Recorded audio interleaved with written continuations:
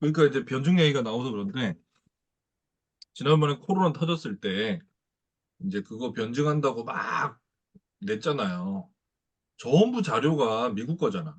음, 예. 미국에 누가 낸 거 이런 역사 자료.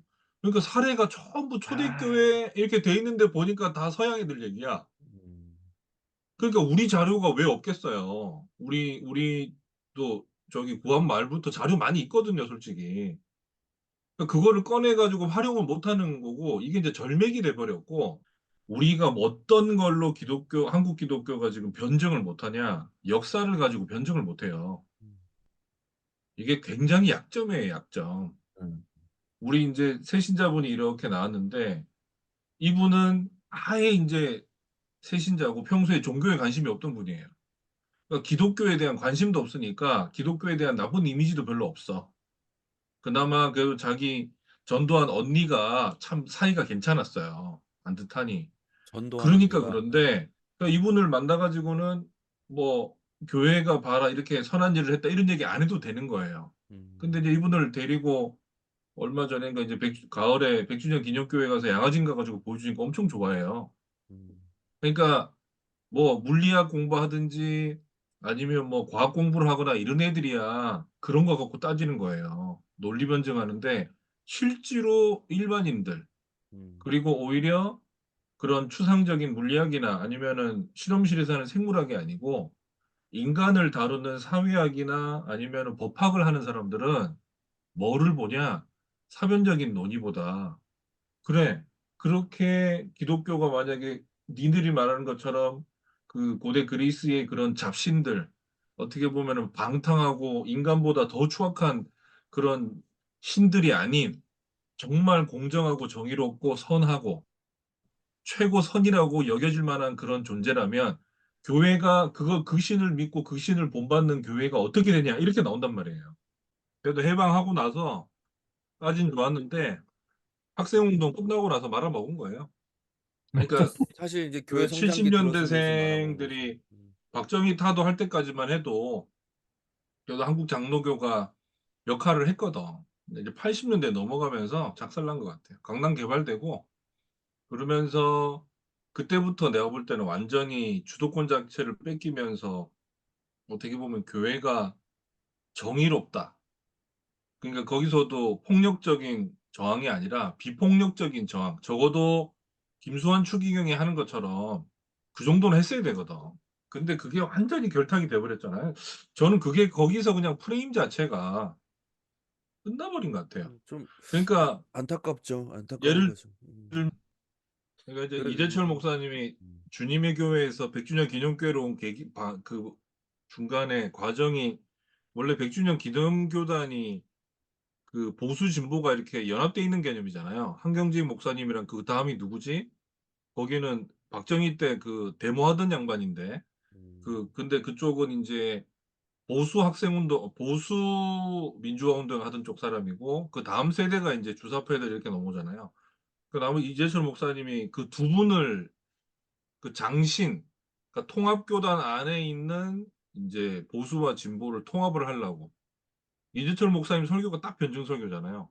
그래 가지고 음, 한국 역사 속에 있는 크리스찬들 기독교인으로서 영향력을 발휘한 사람들은 진보든 보수든 가리지 않고 설교 때 엄청 음, 진짜 인용 많이 했어요. 이재철이야말로 저는 진짜 우리나라 변증 선교의 인제 지금이야 인제 좀 옛날 거라 가지고 좀 그런데 그 방법론으로는 이재철이야말로 변증 설교의 대가 제가 볼 때는 복음 설교의 대가였다고 저는 생각해요. 음, 팀켈러 오기 이전에. 그 시인들, 소설가들 막 다 인용하고 보면은 막. 그리고 시사 인용부터 거기다가 막 정치인들부터 해 가지고 엄청 인용 많이 하죠, 그런 거. 나름 이제 그런 시도들이 많이 있었는데 야 그러고 보니까 진짜 좀 먼 얘기긴 하다. 그쵸? 그렇지 않아요? 그러니까 그 좀 우리나라 현실이 속상하고 좀 비참한 게 한국 교회 선교 역사가 100년이 넘었는데 뭔가 신학이라고 할 만한 게 없어요. 그런 게 되게 우리나라의 신학의 발전이라는 게 있나 이제 뭐 강남 민중신학은 좀 다른 부흥기가 얘기고 박영선 목사님 말 맞다나 아무도 예상을 못했다 그러잖아요. 그렇게 음, 갑자기 교회가 폭발적으로 커질 줄은. 근데 그게 축복이 아니고 한편으로 장기적으로는 결국 교회가 너무 구원의 은혜, 구원이라기보다는 좀 그렇고 축복에 앞산. 예. 도취돼가지고 망가졌어, 내가 볼 때. 음, 그래갖고 사람들이 마탱이가 가버린 거야. 오히려 긴장도 사라지고 그런 영향력 자체를 아, 한국교회사를 진보 쪽에 뺏겼어요, 우리가. 역사를 잃어버렸지. 한국교회사라 연구가 한신 쪽이나 감신 쪽 애들한테 뺏겼어요. 음, 솔직히. 보수 쪽에서 한국교회사 연구하는 사람들이 많이 나와야 돼. 이번에 확실히 많이 느꼈어. 아, 팀켈러의 파워도 교회사 한 것 같아요. 인용할 수 있는 자료, 그리고 그 데이비드 웰스의 신학 실종. 그게 결국 이제 미국 복음주의 교회에 까는 거잖아요. 니들이 다 우상 숭배에 빠져 있다고. 그 책 읽어보면서도 놀란 거는 데이터. 와, 진짜 자료가 많구나, 인용할 게. 연구를 엄청 해놓은 거야, 그런 거. 근데 이제 없어, 우리는. 보수 쪽이 없고, 한국교회에서 저희 박상봉 교수 수업 들을 때, 한신 쪽 애들 거 있잖아요. 걔들이, 갖고 그때 이제 재밌는 자료 많이 봤어. 임마누엘 특공대 이런 거. 저기 박정희, 그, CCC에서 저기 월남촌 파병 갈 때, 기독교 특공대 이름이 임마누엘 특공대야. 자원해가지고.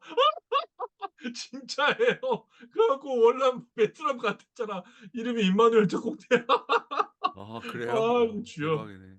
야, 그거 보니까 저 별의별 자료가 다 있더라. 나 그래서 김준권 목사가 아주 그냥 대놓고 충성을 했더만. 음, 박정희한테. 아주 그렇게 복음 전하려고. 아유, 아쉽죠. 너무 아쉬운 것 같아. 역사적인 얘기를 할 게 없으니까 이렇게 얘기해 보는 거죠. 아, 옛날이 좀 더 나았죠. 그러면 공감을 하거든요. 그래 놓고 지금처럼 가족 관계가 깨지고 동성애 다 무는 성경으로 바로 들어가 보는 거지. 그러면서 이제 에베소서나 이런 데가 인용하기가 좋잖아요. 그다음에 그 빌레몬서나 이런 데도 들어가면 그 이제 노예 문제도 나오고 막 나오잖아요. 그래서 아예 그냥 성경으로 바로 들어가서 모세 율법, 피년제도, 그다음에 거기 안식년제도, 그다음에 거기 나오는 여성의 인권 문제, 토지 문제, 그다음에 약자에 대한 보호, 그리고 바로 그냥 그 얘기 해줘요. 그러면은 놀랬던데 우리 새신자 분들은 성경에 그런 얘기가 있네요. 그래서 성경에 왜 그런 얘기가 있으면 안 되네. 아니 종교인데 왜 그런 얘기가 있냐? 아, 기독교는 그런 종교가 아니죠. 음. 그러면서 얘기하면서 이제 딱 들이밀어 주니까 보세요. 남편이 아내를 위해 목숨을 버린다는데 기분이 좋습니까? 안 좋습니까? 아, 너무 좋대. 왜 그럴까요? 이랬어요. 그러면서 그리스 로마 신화 한 번씩 얘기하죠. 제가. 우리 옛날 유교 시대 때 왜 아버지들이 왕 노릇을 했을까요? 이렇게 물으면 모르더라고요. 그래서 유교가 그렇다고. 임금이 왕이잖아요. 하늘의 아들이니까. 그러면 유교 사회는 남자를 중심으로 왕이 대빵이고 집에서 왕 노릇을 아버지가 하고 싹 세팅이. 왜? 걔네 구조가 그러니까. 그래서 기독교는 그게 아니다. 왜 그러냐고 묻죠. 그러면은 아니 하나님이 그러니까 약간 좀 요럴 때는 이제 그 좀 교리적으로는 좀 섬세하진 못하지만 하나님이 인간을 왜 죽지 않냐고. 어떻게 생각하냐고. 놀라던데? 그거는 진짜 신이 죽어? 이번에 이제 팅켈러 엄청 성육신 강조 많이 하잖아요. 그 예수에서 책 좋아. 그 새신자 입문용으로 좋고 그거 가지고 계속 그거 강조하니까 초반에 많이 놀래더라고요. 그런 거예요. 뭐 요런 거. 그런 식으로 아싸리 성경으로 바로 들어가고 그러면 더 이제 할 말이 많아요. 봐라. 구약 성경 읽으면서 BC 2000년 전, BC 4000년 전, 지금으로부터 4000년 전 얘기다.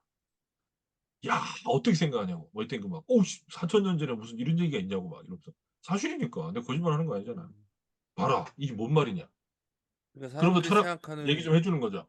음, 포스트 모던이 나와가지고 온 세계가 막 윤리적으로 맛이 가니까 독일 철학자, 우리 그 유명한 하버마스 같은 사람은 유대 기독교 전통을 회복해야 된다. 그런 얘기한다. 막 이러면서 살짝 약도 팔고.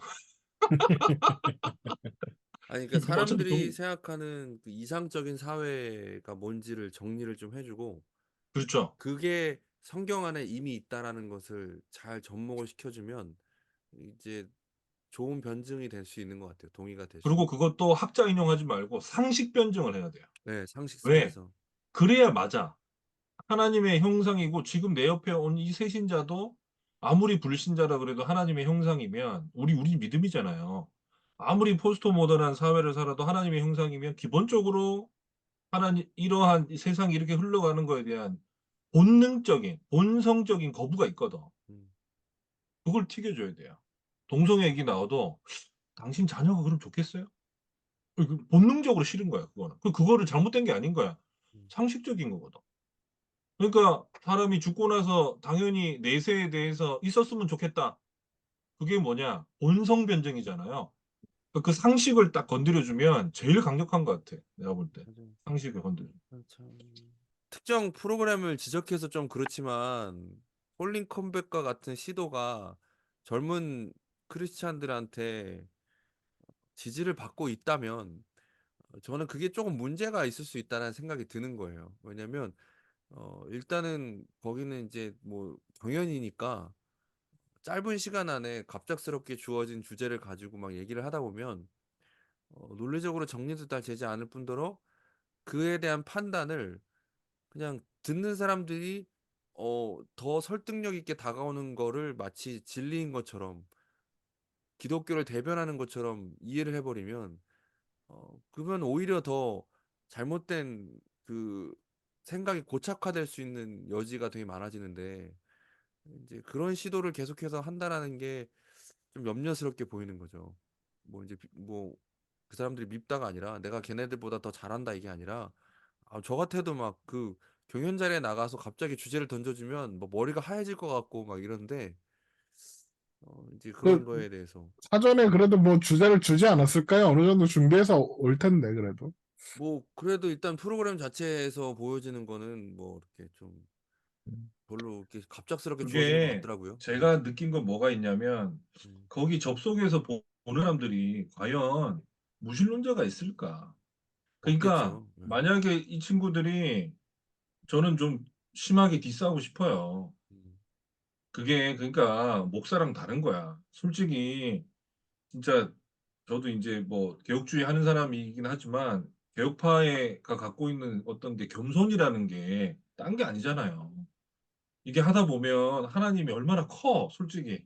음, 그리고 지금 뭐 한국교회 무너지니 많이 이런 얘기도 아니 그뭐 알미니안들이나 그 하나님의 어떤 섭리에 대해서 우리만큼 하나님을 높이지 않는 사람들이 입장에서의 눈에 보이는 현상을 가지고 야 우리가 이렇게 저렇게 이제 얘기하고 앉아 있는 거고 그 복음주의권이나 그렇지 뭐 죄송한 얘긴데 그 복음의 역사가 아브라함부터 몇 년이야 까놓고 우리가 다 알잖아요 어떻게 되는지 모르는 거고 그러니까 이제 우리는 함부로 어떤 사태가 벌어지면 그 현상적인 몇 가지 가지고 이러쿵저러쿵 얘기를 하는 것 자체가 이제 우리 입장에서는 하나님의 영광을 침해한다고 보는 거고 굉장히 이제 불경건한 거지. 그러니까 이제 조심하는 거지. 우리끼리 이렇게 하는 거예요. 그리고 또 하나는 뭐가 있냐면 그 논쟁하는 안에 아예 무신론자들이랑 하란 말이야 그러면. 아예 불신자들이랑 딱 까놓고 괜히 유신질환을 하고 창조론 싸우지 말고 진화론 초반에 좋았어요. 그래서 미국 애들 미국에 변증하는 뭐 저기 누구야 거기 이기적인 도킨스나 이런 거 막 번역해서 올리고 할 때 좋더라고요. 아예 그렇게 논쟁을 해야 대립각이 명확해지지. 근데 이거는 어쨌든 같은 신앙 안에 있는 사람들끼리 나와가지고 이제 교파가 다른 거 아니야. 보니까 뭐 여기는 뭐 칼빈주의, 알미니안, 여기는 뭐 웨슬레안, 여기는 뭐 톱나이트, 세관점, 여기는 뭐 또 뭐야 신사도? 그래가지고 막 자기들끼리 하대요. 그렇게 만약에 같은 것들이 같은 기독교권 안에서 싸울 거면 논박을 하면 안 되고 진짜 그때는 격조 있게 해야죠. 하나하나 정리해서. 그리고 자기들끼리 그러고 있는 거를 옆에 있는 아예 불신자들이나 타종교에서 보면 웃겨요. 웃긴다고 그게 지들끼리 지금 뭐 하는 거야.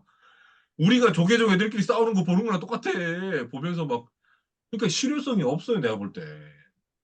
그리고 결정적으로 외부의 타 종교나 무신론자들이 볼 때는 아 기독교의 신이라는 게 저렇게 막 앉아가지고 맥주 한 잔 먹고 땅콩 까먹듯이 셀이 발라도 되는구나.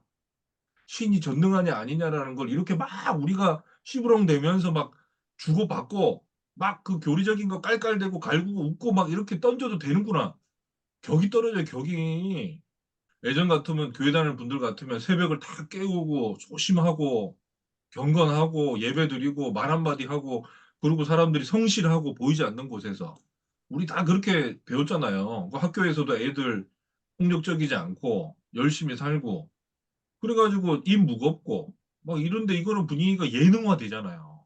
다들 편해가지고 그러니까 뭔가 막 말로 어그로를 끌어서 막 옆에 있는 불신자들한테 이렇게 뭐 이렇게 토론을 걸어 말로 하려고 안 돼. 그런 걸로 그냥 성실하게 살면 돼요. 그리고 가서 차분하게 복음 전하고 지금 이 얘기가 사실은 의미가 없는 얘기는 아니죠. 되게 중요한 얘기고 좀 흥분될 만한 뭐, 뭐, 꼰대처럼 그냥 보일 수도 있고, 괜히 젊은 사람들 뭐 이렇게 하는 것처럼 보일 수도 있지만, 근데 되게 의미 있는 얘기긴 한 것 같아요. 우리가 기독교를 예능화시키는 것 자체가, 그러면 정말로 그게 불신자들, 하나님을 모르는 사람들한테 기독교를 소개하는데 도움이 정말로 될까? 오히려 더 안 기독교를 돼요. 유치하게 만드는 그리고 거기에 이제 저는 또 한 가지 이제 염려되는 점은 서로 내가 말 잘한다라고 이제 얘기하고 뽐내고 싶은 거잖아요. 결국에 뭐 변증 대회라고 하지만 사실은 이제 내용보다는 얼마만큼 말을 잘하느냐, 그리고 얼마만큼 듣는 사람들에게 감정적인 호소를 잘할 수 있느냐 이건데 그러면 신학 자체가 완전히 다 망가져 버리는 거죠. 그러니까 진리 자체가 망가져 버리고 그냥 받아들이는 사람이 어, 좀 더 그럴 수 있겠다 싶은 게 마치 진리처럼 통용되어 버리는. 그러니까 뭐 대표적으로 동성애 같은 얘기도 이제 우리가 믿고 있는 신앙의 내용들이 중요해지는 게 아니라 얼마만큼 호소력이 있는가에 의해서 각자가 판단해도 되는 주제인 것처럼 이제 되어버릴 수 있으니까 굉장히 조심스럽더라고요. 우리가 그건 동성애자들에 대한 예의도 아니에요. 그런 얘기 그렇죠. 함부로 막 날리고 그러면. 예, 그 맞아요. 예전에 이재철 목사님하고 이어령 박사님 대담한 거 있죠. 예, 아, 나는 너무 그때 좋았어요. 나는 그런 게 필요한 거죠. 그런 격조 있는 얘기들을 해야지. 편하게 앉아가지고.